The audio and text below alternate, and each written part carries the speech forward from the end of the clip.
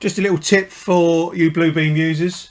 This one's regarding the My Tools toolbox that's pre-created by Bluebeam in the tool chest. Now I'm sure you know the idea of this is that your most regularly used stamps and markup tools are placed in this box for quick access. I tend to use it for all the fiddly little bits that are sort of uncategorizable, if that's a word.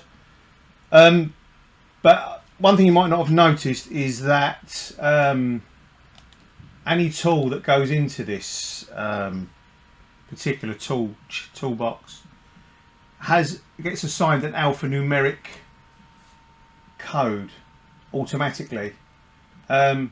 This also changes if you move these around. So if you've got something you're using quite regular, you can see there the number changes. But how this works is basically you put your cursor in the workspace, and if you want to use tool number 3, click on 3 and the cursor changes to that particular tool.